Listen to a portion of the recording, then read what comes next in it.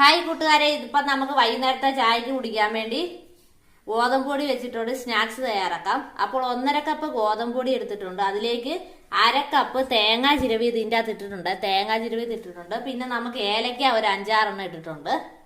പിന്നെ നമുക്ക് ഇതിലേക്ക് വേണ്ടത്, നിങ്ങൾക്ക് എന്തേലും മധുരം വേണോ അതിനനുസരിച്ച് പഞ്ചസാര ചേർക്കാം. ഞാനിപ്പോൾ ഒരു 1.25 ടീസ്പൂൺ പഞ്ചസാര ചേർക്കുവാണ്.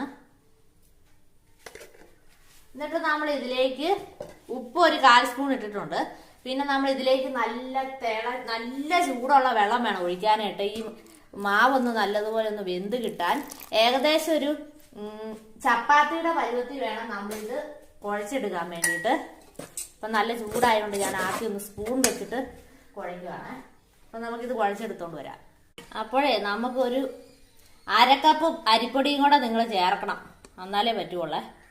പിന്നെ നമ്മൾ നല്ലതുപോലെ ചപ്പാത്തിയുടെ പരുവത്തിൽ കുഴച്ചെടുത്തോണ്ട് വന്നിട്ടുണ്ട്. ഇനി നമുക്കിതൊക്കെ നല്ല ബോൾസുകളാക്കി എടുക്കാം. ചെറിയ ചെറിയ ബോൾസുകളാണെങ്കിൽ നിങ്ങളുടെ ഇഷ്ടത്തിനനുസരിച്ച് വലുത് വേണമെങ്കിൽ ചെറുത് വേണമെങ്കിൽ എങ്ങനെയായാലും ആക്കിയെടുക്കാം കേട്ടോ. അപ്പം ഇതെല്ലാം നമുക്ക് ആക്കി കൊണ്ടുവരാം. അപ്പോൾ നമ്മുടെ വേണ്ട ബോൾസുകളൊക്കെ റെഡിയാക്കി ഉരുട്ടി വെച്ചിട്ടുണ്ട്. ഇനി നമുക്കിത് വറുത്തെടുക്കാം. അപ്പോൾ നമ്മളൊരു ചീനച്ചട്ടി എടുത്തിട്ട് അതിലേക്ക് ആവശ്യത്തിന് വെളിച്ചെണ്ണ ഒഴിച്ചിട്ടുണ്ട്. വെളിച്ചെണ്ണ നല്ലതുപോലെ ചൂടായി കഴിഞ്ഞതിന് ശേഷം നമുക്ക് ഓരോരോ ബോൾസ് വെച്ചിട്ട് ഇട്ട് കൊടുക്കാം.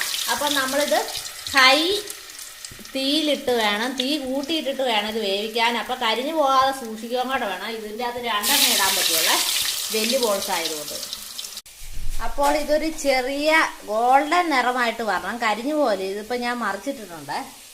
അപ്പോൾ നമ്മുടെ ടേസ്റ്റി ആയിട്ടുള്ള 4 മണിക്കത്തെ പലഹാരം റെഡി ആയിട്ടുണ്ട്. പാകത്തിന് മൊരിഞ്ഞ് കിട്ടിയിട്ടുണ്ട്. അപ്പോൾ എല്ലാവരും ഈ റെസിപ്പി ഒന്ന് ട്രൈ ചെയ്ത് നോക്കുക. എന്നിട്ട് നിങ്ങളുടെ കമൻസ് ഒക്കെ അടിയിൽ രേഖപ്പെടുത്തുക. അപ്പം 4 മണി ചായയുടെ കൂടെ കഴിക്കാൻ പറ്റിയ അടിപൊളി ഒരു സ്നാക്സ് ആണ്. അപ്പം എല്ലാവരും ട്രൈ ചെയ്ത് നോക്കുക. ഇഷ്ടപ്പെടുവാണെങ്കിൽ ചാനൽ ലൈക്ക് ചെയ്യാൻ, ഷെയർ ചെയ്യാൻ, സബ്സ്ക്രൈബ് ചെയ്യാൻ മറക്കരുത്. മറ്റൊരു വീഡിയോയുമായിട്ട് വരുന്നത് വരേക്കും ബൈ.